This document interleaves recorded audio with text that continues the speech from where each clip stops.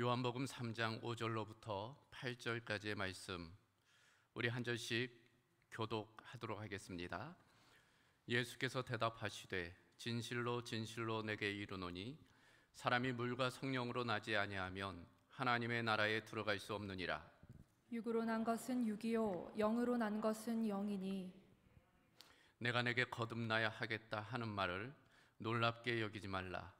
바람이 임으로 불매 내가 그 소리는 들어도 어디서 와서 어디로 가는지 알지 못하나니 성령으로 난 사람도 다 그러하니라. 아멘. 자, 6월 들어 오순절 성령 강림절을 기점으로 성령 관련된 말씀을 함께 나누고 있습니다. 지난주는 성령님은 누구신가에 대한 부분을 우리가 함께 살펴보았어요. 네 가지를 함께 나누었습니다. 성령님은 삼위 중에 한 분, 곧 삼위일체 하나님이시라는 것 먼저 함께 살펴보았어요. 우주 만물을 창조하신 분이시죠. 그러니까 성령님을 우습게 봐서는 안 된다는 거예요. 만만하게 봐서는 아니 되는 것입니다. 성령님을 경외하고 존중해 드려야 되는 거지요. 또한 성령님은 영이신 하나님이시라고 말씀을 드렸습니다. 예수님은 육으로 이 땅에 오신 하나님이라면 성령은 영으로 이 땅에 오신 하나님이십니다. 영이시기 때문에 어디에나 계실 수 있어요. 언제 어디서나 우리와 함께 하실 수 있는 분이십니다. 우리의 기도도 들으시고 우리의 필요를 공급하시며 우리를 도우시는 분, 그분이 바로 영이신 하나님, 성령님이신 것입니다. 더불어 성령님은 인격이시다 말씀을 드렸습니다. 인격이라는 것은 지정의를 가지고 있다는 의미예요. 그래서 우리는 성령과 교통할 수 있습니다. 커뮤니케이션 할 수 있는 거예요. 마지막으로 성령은 하나님께서 약속하신 분이세요. 만민에게 부어주리라 말씀하셨잖아요. 그러므로 우리는 그 성령님을 소망해야 됩니다. 환영하고 초청할 때 성령께서 우리 가운데 임하여 주시는 것입니다. 지난주 바로 성령님은 누구신가에 대한 내용입니다. 자, 오늘은 성령님은 무슨 일을 하시는가에 대한 부분을 함께 살펴보려고 그래요. 지난주가 who에 대한 부분이라면 오늘은 what에 대한 부분입니다. 사실 성령님이 누구신가에 대한 부분에 이미 성령님이 무슨 일을 하시는지가 나와 있었어요. 정체성과 사명은 늘 연결되어 있기 때문이지요. 정체성이 곧 그 사명인 것입니다. 여러분, 의사, 교사, 군인, 목사 하면 떠오르는 이미지가 있죠. 의사 하면 떠오르는 이미지가 있고 군인 하면 떠오르는 이미지가 있어요. 그 정체성이 곧 그 사명과 분명히 연결되어져 있는 것입니다. 성령도 마찬가지예요. 성령님이 누구신가에 대한 부분은 곧 성령님이 무슨 일을 하시는가를 일깨워 줍니다. 그럼에도 불구하고 성령께서 무슨 일을 하시는지 잘 모르는 경우가 있어요. 오해하는 경우도 있습니다. 그래서 오늘은 성령님이 무슨 일을 하시는지에 대해서 간단하게 좀 살펴보려고 합니다. 세 가지를 살펴보겠는데, 그 첫 번째, 성령님은 하나님의 자녀가 되게 하세요. 우리로 하여금 하나님의 자녀가 되는 그런 은혜를 주십니다. 여러분, 창세기에 따르면 성령은 우주의 창조에 관여하셨어요. 우리 인간 창조에도 관여하셨습니다. 하나님의 형상과 모양대로 우리를 만들어 주셨어요. 하나님 닮은 존재입니다. 그 과정에서 흙으로 빚으신 연후 그 코에 생기, 하나님의 영을 불어넣어 주시죠. 그래서 우리는 생명, 리빙 소울, 살아 움직이는 존재가 된 것입니다. 그러나 우리가 다 알다시피 최초의 인류인 아담과 하와가 범죄하죠. 하나님께 불순종합니다. 결국 죄를 짓게 되어 죄의 권세 아래에 놓이게 됩니다. 사단의 권세 아래에 놓이게 된 거예요. 그래서 하나님의 형상을 잃어버리게 되었습니다. 결국 그 결과로서 영원한 죽음, 사망이 우리 가운데 들어오게 된 거예요. 하지만 하나님께서 그런 인간을 그냥 놔두지 않으시죠. 구원의 계획을 이루어 가십니다. 그 절정이 바로 예수 그리스도이시죠. 예수 그리스도를 통해서 우리를 구원해 주세요. 다시금 회복해 주시는 것입니다. 그것을 사도 요한은 이렇게 이야기하고 있습니다. 영접하는 자, 곧 그 이름을 믿는 자들에게는 하나님의 자녀가 되는 권세를 주셨으니 이는 혈통으로나 육정으로나 사람의 뜻으로 나지 아니하고 오직 하나님께로부터 난 자들이니라. 우리가 예수님을 영접함을 통해 하나님의 자녀가 되었다라고 말씀하는 것입니다. 이것을 바울 사도는 또 다른 측면으로 또 설명을 합니다. 로마서 3장에 따르면 모든 사람이 죄를 범하였음에 하나님의 영광에 이르지 못하더니 그리스도 예수 안에 있는 속량으로 말미암아 하나님의 은혜로 값없이 의롭다 하심을 얻은 자 되었다 설명하고 있어요. 더불어서 로마서 6장 23절을 보면 죄의 싹은 사망이요 하나님의 은사는 그리스도 예수 우리 주 안에 있는 영생이라 말씀하고 있는 것입니다. 자, 이와 같이 예수님을 영접함을 통해서 우리가 하나님의 자녀가 될 수 있는데, 다른 말로 하면은 구원받고 영생을 얻을 수 있는데, 그 과정에서 누가 역사하시는가? 성령께서 역사하신다는 거예요. 그래서 고린도전서 12장 3절에 따르면 성령으로 아니하고는 누구든지 예수를 주시라 할 수 없느니라 라고 말씀하고 있는 것입니다. 사실 내 선택과 결단으로 예수님을 믿는 것 같지만, 영접한 것 같지만 그것 자체도 성령께서 역사하신 결과라는 것을 분명히 하고 있는 것입니다. 이와 같이 성령은 우리로 하여금 예수님을 영접하게 하심으로 하나님의 자녀가 되는, 그래서 영원한 생명, 구원을 얻게 하는 그런 은혜를 주십니다. 그래서 하나님의 자녀가 된다는 것은 다른 말로도 표현할 수 있어요. 뭐 구원받았다라든지 영생을 얻었다든지 거듭나게 되었다, 뭐 예수님을 영접하게 되었다, 하나님 나라 백성이 되었다. 그러니까 다 같은 의미라고 할 수 있는 것입니다.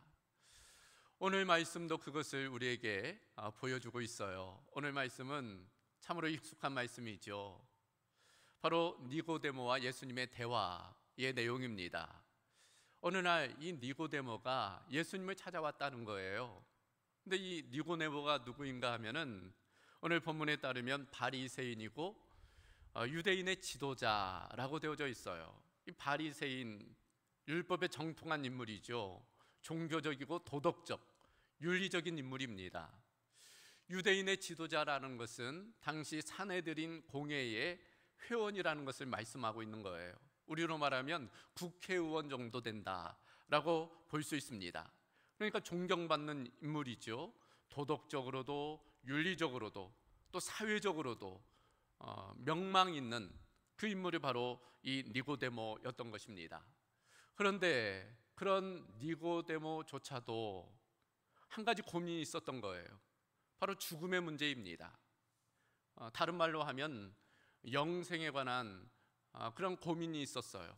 인간의 궁극적인 딜레마라고 할 수 있겠지요. 그래서 그 문제를 가지고 지금 예수님을 찾아온 거예요. 밤에 몰래 예수님을 찾아왔습니다. 그래서 오늘 대화의 내용을 보면은 바로 그 주제로 나아가고 있음을 볼 수 있어요.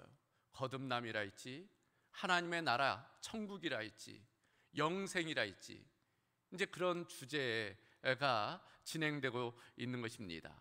예수님은 그 니고데모에게 말씀하세요. 거듭나야지만이 하나님 나라를 볼 수 있다. 다시금 태어날 때만이 하나님 나라에 들어갈 수 있다. 그렇게 말씀하시는 거예요. 그러자 이 니고데모가 다시금 예수님께 질문하죠. 그렇다면 다시금 모태로 들어가야 됩니까? 다시금 2번 태어나야 된다 하니까 그렇게 질문을 하는 거죠. 그때 예수님께서 오늘 우리가 함께 읽은 말씀, 그 말씀을 하시는 거죠. 예수께서 대답하시되 진실로 진실로 내게 이르노니 사람이 물과 성령으로 나지 아니하면 하나님 나라에 들어갈 수 없느니라. 하나님 나라에 들어갈 수 있는 방법, 그것은 바로 물과 성령으로 나는 것이다 라는 것을 분명히 하고 있는 거예요. 자, 그러면서 계속 이야기를 전개 중에 이 니고데모가 알아듣지를 못하니까 결국 예수님께서 분명하게 이야기하십니다. 우리가 잘 아는 복음의 핵심이라는 요한복음 3장 16절 말씀이에요. 하나님이 세상을 이처럼 사랑하사 독생자를 주셨으니 이는 그를 믿는 자마다 멸망하지 않고 영생을 얻게 하려 하심이라 라고 말씀하시는 거예요. 그러니까 물과 성령으로 난다는 것은 결국 하나님께서 우리에게 보내신 예수 그리스도를 영접하는 것임을, 그래서 결국 영원한 생명을 얻는 것임을 말씀하고 있는 것입니다. 이와 같이 성령께서 하시는 대표적인 일 중에 하나는 예수님을 영접함을 통해서 우리로 하여금 하나님의 자녀가 되는, 그래서 구원을 받고 영원한 생명을 얻게 하는 일임을 우리에게 말씀해 주는 것입니다.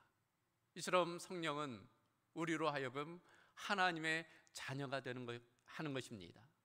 그래서 여러분은 모두가 하나님의 자녀예요. 우리는 한 가족인 것입니다. 여러분, 하나님의 자녀가 된다는 것이 어떤 것인지 생각해 보셨어요? 하나님이 우리의 아버지가 되시는 것입니다. 하나님이 누구세요? 온 우주 만물을 창조하신 분이시잖아요. 창조주이시며 전능자이십니다. 그런데 우리가 예수님의 영접함을 통해서 우리는 하나님을 아버지, 아빠라고 부를 수 있게 된다는 것입니다. 우리 인간이 누릴 수 있는 최고의 경험이라고 할 수 있어요. 친밀함입니다. 그래요, 자녀는 그 부모와 친밀해요. 가깝습니다. 그 관계가 밀접하게 된 거지요. 우리는 하나님을 아버지라고 부를 수 있는 그 친밀한 가운데 나아갈 수 있다는 거예요. 성령을 통해서 가능한 일이라는 것입니다. 여러분은 저를 뭐라고 부릅니까? 목사님이라고 부르지요. 근데 저희 자녀는 어떻게 부를까요? 저를 목사님이라고 부르지 않아요. 아빠라고 부릅니다. 목사님과 성도의 관계와 아빠와 자녀의 관계는 다를 수 있어요. 무엇이 더 친밀할까요? 물론 목사와 성도의 관계도 친밀하겠지만 아빠와 딸의 관계만큼은 아닐 거예요. 근데 성령은 우리로 하여금 하나님을 아빠라고 부를 수 있도록 그 친밀한 가운데로 우리를 인도하신다 말씀하고 있는 것입니다. 더불어 우리가 하나님의 자녀가 된다는 것은 최고의 특권을 가진다는 그런 의미가 있어요. 우리에게 권세가 주어지는 것입니다. 그래요, 아들에게는 권세가 있어요. 부모로부터 상속권을 받게 됩니다. 로마에 있어서 상속법에 따르면 자신의 친아들뿐 아니라 입양한 아들에게도 동일한 상속권이 주어져요. 하나님에게는 오직 독생하시는 예수 그리스도만이 계시지요. 그런데 우리도 하나님께서 입양해 주신 거예요. 그래서 우리에게는 그 예수님이 가지신 그 권세가 동일하게 주어지는 것입니다. 이보다 더 큰 영광, 더 큰 특권은 없는 거지요. 자녀가 가지는 권세라 할 수 있어요. 가끔 제가 일부 예배를 마치고 목양실을 열면 깜짝 놀랄 때가 있어요. 왜냐하면 저희 두 자녀가 교육부서 예배를 마치고 먼저 와 있는 거예요. 근데 저희 딸이 제가 앉는 자리에 덜컥 앉아 있는 것입니다. 자녀는 그럴 수 있어요. 누가 목사님 자리에 앉겠습니까? 그런데 자녀는 앉는 거예요. 자녀가 가진 권세라 할 수 있습니다. 우리도 마찬가지입니다. 우리가 하나님의 자녀로서 그런 은혜와 권세를, 축복을 누리게 되는 것입니다. 그 과정에서 성령께서 우리를 하나님의 자녀 되게 하신다. 성경은 우리에게 말씀해 주고 있습니다. 두 번째로 성령은 무슨 일을 하시는가? 성령께서는 우리로 하여금 예수님을 닮게 하세요. 여러분, 붕어빵의 신비라고 들어보셨죠? 모든 붕어빵은 모양과 형태가 같아요. 뭐 서울에 사 먹는 붕어빵이나 제주도에서 사 먹는 붕어빵이나 다 똑같아요. 같은 틀에서 나오기 때문입니다. 붕어빵의 신비, 자녀도 마찬가지예요. 참 어떻게 그렇게 부모를 닮는지. 그래서 시도도 못한다고 뭐 그런 이야기도 하지 않습니까? 부모를 참 많이도 닮아요. 심지어 부부도 닮는다고 하잖아요. 오래 살다 보면 부부도 닮습니다. 취미도 닮고 입맛도 닮고 성품도 닮고 심지어 외모까지 닮는다고. 그래서 뭐 남편은 둥글납작한데 아내는 길쭉했는데 살다 보니까 둘이 타원형으로 바뀌었다. 뭐 그런 이야기도 해요. 닮는 거죠.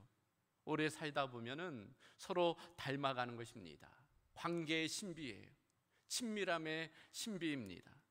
하나님과의 관계도 마찬가지예요. 성령께서 우리로 하여금 하나님과의 관계를 발전시켜요. 그래서 닮도록 만드십니다. 하나님의 자녀로서 그 부모를 닮듯 우리가 하나님을 닮도록 만드시는 것입니다. 그래서 오늘 본문 8절을 보면 바람이 임으로 불매 내가 그 소리는 들어도 어디서 와서 어디로 가는지 알지 못하나니 성령으로 난 사람도 그러하다 말씀하고 있습니다. 그래요. 지난 시간에도 말씀드렸지만 모든 바람은 크든지 작든지 지나간 자리에 흔적을 남기기 마련이에요. 성령도 마찬가지입니다. 성령의 바람도 우리에게 흔적을 남겨요. 우리로 하여금 하나님의 자녀로서 하나님의 성품을 닮아가도록 우리를 변화시켜 나가시는 것입니다. 그것을 가리켜 성화라고 부르는 것입니다. 실제로 하나님은 이렇게 말씀해 주셨어요. 레위기 11장 45절을 보면 나는 너희의 하나님이 되려고 너희를 애굽 땅에서 인도하여 낸 여호와라. 내가 거룩하니 너희도 거룩할지라. 하나님은 거룩하신 하나님이시라는 거예요. 그러므로 자녀로서 우리도 그 하나님을 닮아 거룩해야 됨을 말씀하고 있는 것입니다. 그와 같은 거룩의 모습, 곧 성화의 모습을 우리는 예수님을 통해서 발견하게 됩니다. 즉 성화라는 것은 결국 예수님을 닮아가는 것임을 말씀하는 거죠. 그래서 우리가 성령을 통해서 하나님을 가까이 하다 보면 결국 예수님을 닮아가는 그런 변화된 모습으로 살아가게 되는 것입니다. 이와 같은 성화의 과정에서 성령께서 하시는 일, 그것은 바로 말씀을 깨닫게 하고 또 기도를 도우시는 일이라 할 수 있습니다. 왜냐하면 바로 그 말씀과 기도로 우리가 거룩해지기 때문이에요. 디모데전서 4장 5절을 보면 하나님의 말씀과 기도로 거룩하여짐이라 라고 되어져 있는 것입니다. 우리가 성화되어질 수 있는 방법, 그 중심에는 말씀과 기도가 있다는 거예요. 그래서 먼저 성령은 하나님의 말씀을 깨닫도록 만들어주세요. 그래서 성령은 하나님의 영이죠. 지혜와 계시의 영입니다. 우리의 가려진 눈을 열어주세요. 그래서 하나님의 말씀을 깨닫도록 하시는 것입니다. 그 성령은 진리의 영, 그리스도의 영이시죠. 진리를 깨닫게 하시고 진리 되신 예수님을 만나도록 우리를 이끌어 주세요. 그래서 요한복음 16장 13절을 보면 그러나 진리의 성령이 오시면 그가 너희를 모든 진리 가운데로 인도하시리라. 진리가 뭐예요? 예수님이 진리시잖아요. 내가 곧 길이요 진리라 말씀하셨기 때문입니다. 그러므로 우리가 성경을 읽을 때 그저 단어를 읽는 게 아니에요. 우리는 그 말씀을 통해서 진리 되신 예수님께 나아가는 것입니다. 그리고 진리 되신 예수님을 만나게 되는 거예요. 그래서 예수님 이렇게도 말씀하셨어요. 보혜사 곧 아버지께서 내 이름으로 보내실 성령 그가 너희에게 모든 것을 가르치고 내가 너희에게 말한 모든 것을 생각나게 하리라. 성령께서 우리로 하여금 말씀을 깨닫는 은혜를 주신다는 거예요. 그러므로 성령의 도움이 없으면 성경을 아무리 읽어도 깨달을 수가 없습니다. 박사학위가 몇 개가 된다고 해도 그 성경의 참 뜻을 깨달을 수가 없어요. 예수님을 만날 수 없는 것입니다. 그래요. 박사학위 10개가 있어도 아무 소용없어요. 그러나 성령께서 역사하시면 우리는 말씀을 깨닫게 되는 것입니다. 주님을 만나게 되는 거예요. 그것이 바로 성령께서 하시는 일이라 할 수 있습니다. 또한 우리를 하나님께 닮도록, 예수님 닮도록 성령은 우리의 기도를 도우십니다. 로마서 8장 26절 이하를 보면 이와 같이 성령도 우리의 연약함을 도우시나니 우리는 마땅히 기도할 바를 알지 못하나 오직 성령이 말할 수 없는 탄식으로 우리를 위하여 친히 간구하시느니라. 마음을 살피시는 이가 성령의 생각을 아시나니 이는 성령이 하나님의 뜻대로 성도를 위하여 간구하심이라. 성령께서 우리의 기도를 도우신다는 거예요. 그러므로 기도에 있어서 중요한 것은 내가 어디에서 언제 어떻게 기도하느냐도 중요하지만 성령 안에서 기도하는 것이 중요합니다. 그래서 유다서 1장 20절을 보면 사랑하는 자들아 너희는 너희의 지극히 거룩한 믿음 위에 자신을 세우며 성령으로 기도하라 라고 말씀하고 있어요. 그러니까 우리가 기도할 때 성령의 도우심으로 성령의 인도에 따라 기도하는 것이 필요합니다. 그럴 때 우리의 기도를 통해서 하나님을 만나는 그런 은혜가 있게 되는 것입니다. 이와 같이 말씀과 기도에 전념할 때 그 와중에 성령께서 역사하실 때 우리는 예수님을 닮은 그런 변화된 모습으로 성장할 수 있어요. 그리스도의 장성한 분량까지 성장할 수 있는 것입니다. 결국 성령의 열매, 성령의 인격을 우리의 삶 가운데 맺히게 되는 것입니다. 성령께서 하시는 일, 예수님을 닮게 하신다 인 것입니다.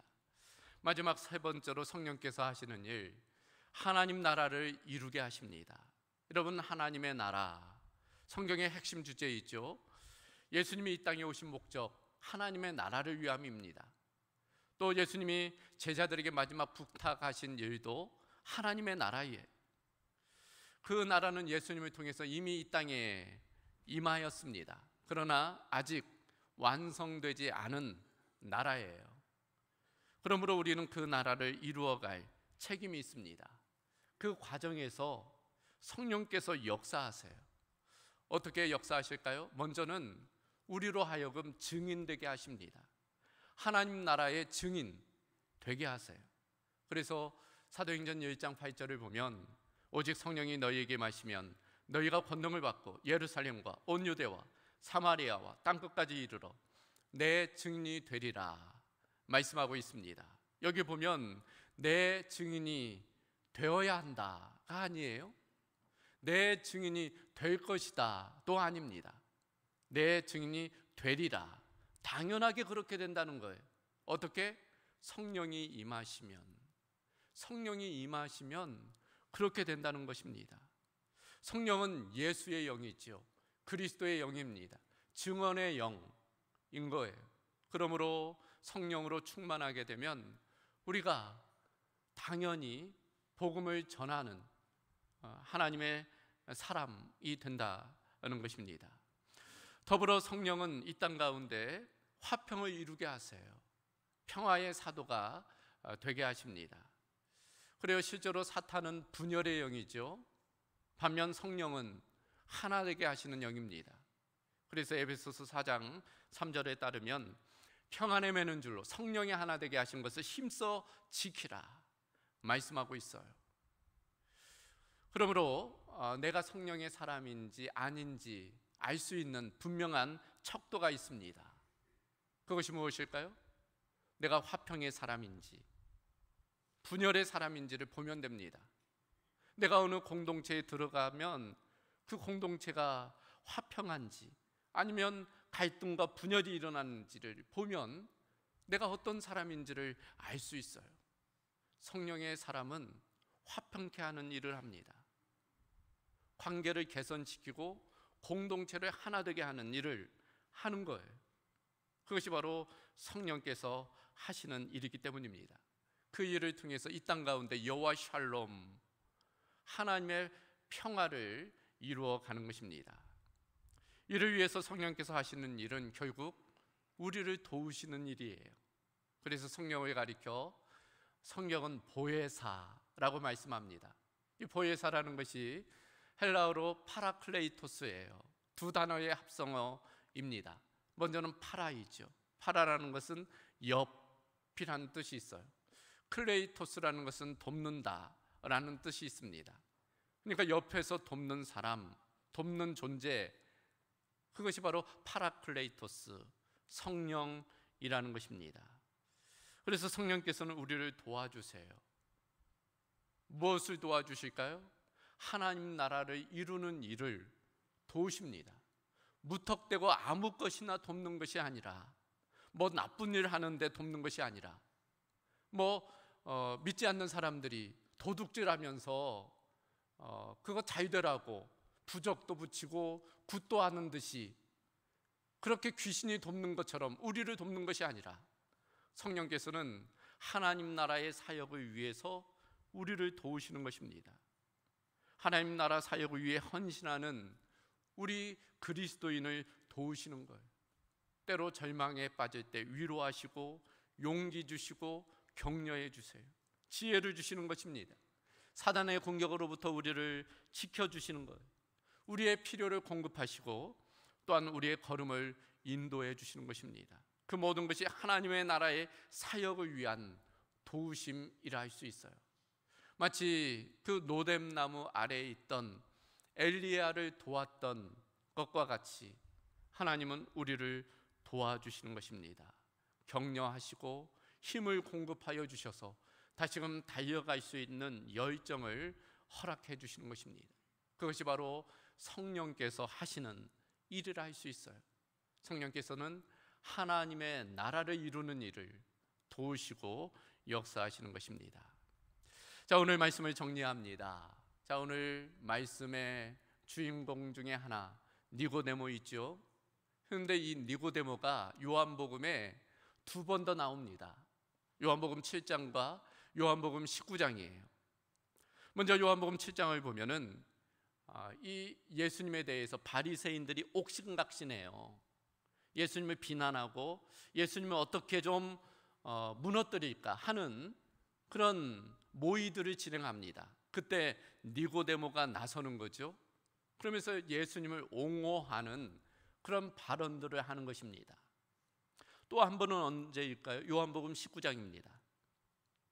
요한복음 19장 예수님 십자가에 달려 죽으신 이후이에요. 그때 이 니고데모가 아리마대 요셉과 함께 예수님의 시신을 수습해요. 자기의 재산을 들여서 예수님의 시신을 수습하는 그런 내용이 나오는 것입니다. 무엇을 보여줄까요? 변화를 보여주고 있는 것입니다. 오늘 본문에 따르면 이 니고데모가 밤에 몰래 예수님을 찾아왔어요. 사람들의 시선을 의식한 것입니다. 개인의 안녕이 우선된 그런 인물이었어요. 그랬던 그가 지금 변화된 것입니다. 담대하게 공개적으로 두려움을 이기고 예수님을 증언하는 그런 사람으로 변화된 거예요.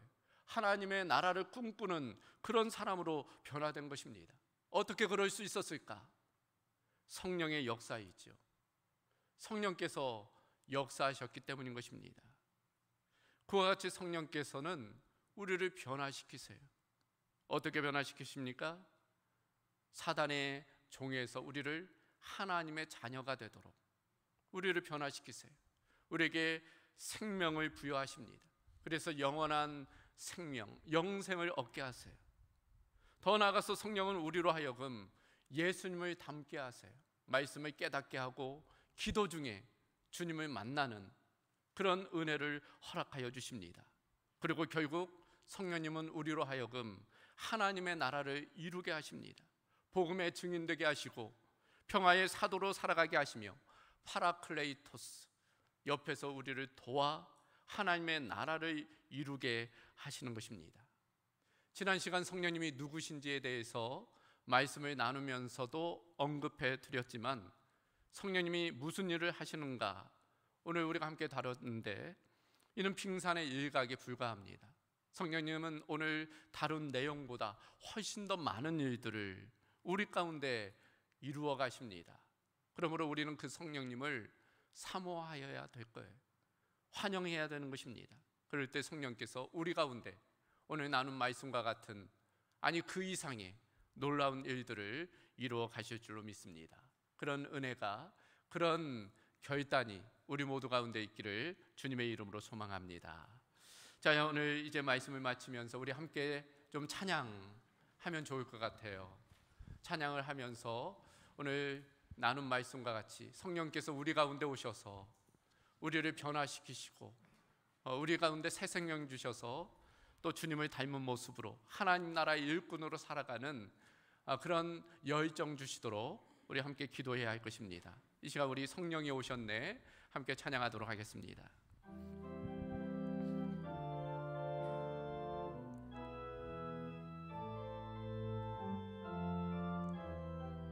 성령님을 사모하면서 함께 찬양합니다. 허무한 시절 지날 때, 깊은 한숨 내쉴 때, 그런 풍경 보시며 탄식하는 분 있네. 고와 같이 너희를 버려두지 않으리. 내가 너희와 영원히 함께하리라. 억눌린 자 갇힌 자, 억눌린 자 갇힌 자, 자유함이 없는 자, 피난처가 되시는 성령님 계시네. 주의 영이 계신 곳에, 주의 영이 계신 곳에 참 자유가 있다네. 진리의 영이신 성령이 오셨네. 성령이 오셨네. 성령이 오셨네.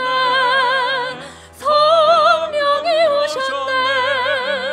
내 주에 보내신 성령이 오셨네. 우리 인생 가운데 친히 찾아오셔서 그 나라 꿈꾸게 하시네. 성령이 오셨네. 성령이 오셨네. 성령이 오셨네. 내 주에 보내신 성령이 오셨네. 우리 인생 가운데 친히 찾아오셔서 그 나라 꿈꾸게 하시네. 성령이 오셨네. 성령이 오셨네. 내 주에 보내신 성령이 오셨네. 우리 인생 가운데 친히 찾아오셔서 그 나라 꿈꾸게 하시네. 아멘. 이 시간 우리 함께 기도하기를 원합니다. 오늘 주신 말씀, 성령님은 무슨 일을 하시는가에 대한 부분입니다. 지난 시간에는 성령님은 누구신가에 대한 부분을 함께 살펴보았습니다. 여러분, 몸만 있고 영이 없으면 죽은 시신에 불과합니다. 우리도 마찬가지입니다. 교회 가운데 또 우리 가운데 성령께서 함께 하시지 못하면 죽은 시신이나 마찬가지입니다. 성령님을 사모할 수 있기를 바랍니다. 성령은 온 우주 만물을 창조하신 하나님이십니다. 영과 또 인격으로 우리 가운데 함께 하시는 분이십니다. 성령을 통해서 우리는 하나님의 자녀가 되는 번세를 얻을 수 있습니다. 우리가 이 시간 성령님을 사모하고 또 환영하고 초청할 때 성령께서 우리 가운데 역사하여 주실 줄로 믿습니다. 예수님을 닮게 하시고 결국 하나님 나라의 증인으로 살아가게 하시는 줄로 믿습니다. 성령의 충만함을 위해서 성령께서 우리의 삶을 인도하시고 또 역사하시고 도와주시도록 이 시간 우리 한번 주여 부르짖고 함께 기도하도록 하겠습니다. 주여. 감사하신 아버지 하나님, 오늘 성령님이 무슨 일을 하시는지 함께 말씀을 나누게 하심을 감사합니다. 성령님이 하나님의 자녀 되게 하시고 또 예수님을 닮게 하시며 우리로 하여금 하나님 나라를 꿈꾸며 그 나라를 이루게 하여 주신 줄로 믿습니다. 성령님, 이 시간 환영하며 초청하오니 우리 가운데 임하여 주시옵소서.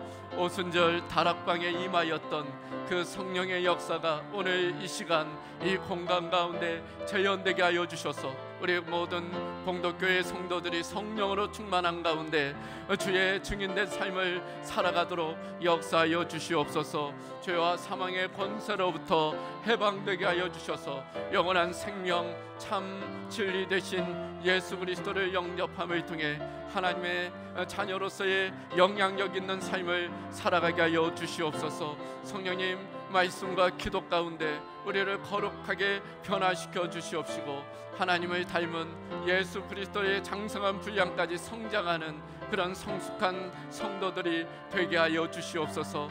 하나님 나라를 이루어감에 있어서 증인되게 하여 주시고 평화의 사도로 살아가게 하여 주시며 그 일을 이룰 수 있도록 도우시고 또 역사하여 주시옵소서.